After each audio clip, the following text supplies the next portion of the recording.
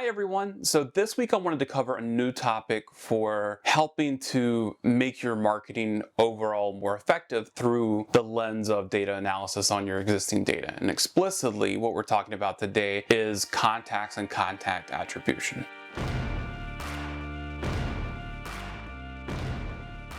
So a few weeks ago, I put up a video discussing deal attribution, which is basically deciding how to either attribute different types of deals or opportunities in your organization as they relate to different departments or different campaigns or really anything. That's pretty typical stuff.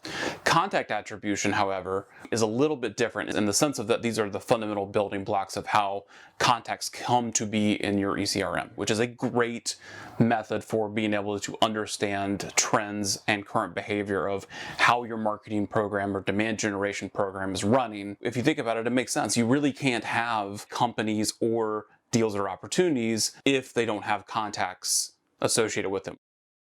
So the first big reason why I think it's important that people discuss and think about contact attribution is it really goes down to the core of what you're producing from the marketing side. So first falls under this big header of optimization. I've talked to many a business owner where the concern was being able to optimize things, but no clear definition of what that actually means in any way, shape, or form. In this case, to give a smaller definition, you are reducing the number of things that you do not want to do and increasing the number of things that you do want to do. So in this particular case, what we're looking for when it comes to contact attribution and optimization is really the building blocks of how these contacts come into our system. The four most commonly used building blocks that I like to employ are medium, source, landing pages, and forms. And if you are accustomed to using Hubspot or Pardot, it's a very similar structure between both. Some systems that I've seen want to integrate like landing page within forms or use source differently than the way that people use source in Google Analytics. In this particular case, like having the building blocks of saying, where does my traffic come from? Did they come from search engine ads that were running, or are they coming from paid social, or are they coming from organic traffic?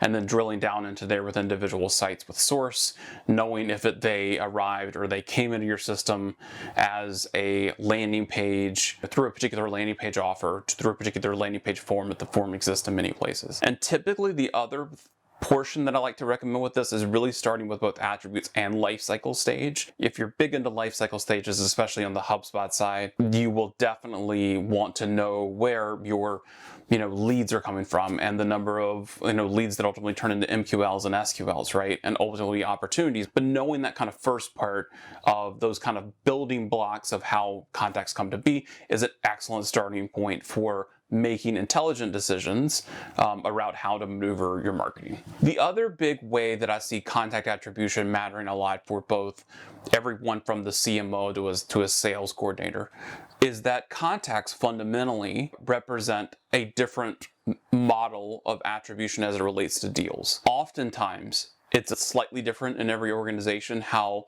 ultimately deal attribution works and who in theory would get credit for producing a deal, especially when you have both sales and marketing teams that are working together. And so what often happens, especially on the deal side or the opportunity side if you're using Salesforce and Pardot, is that we will have a contact that is created at one period of time, and then some period of time goes by, and then ultimately that person turns into a closed won opportunity or a closed won deal.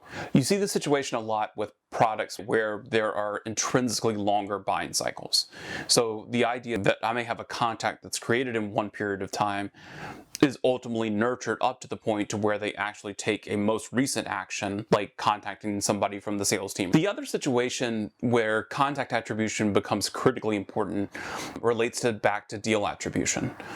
Oftentimes, many different organizations will simply base attribution of the deal off the most recent action. This is often called last click. So if somebody ultimately decides to call and contact a member of the sales staff to learn more about pricing or a quote for a particular product, then that opportunity may be deemed as attributed to a sales effort.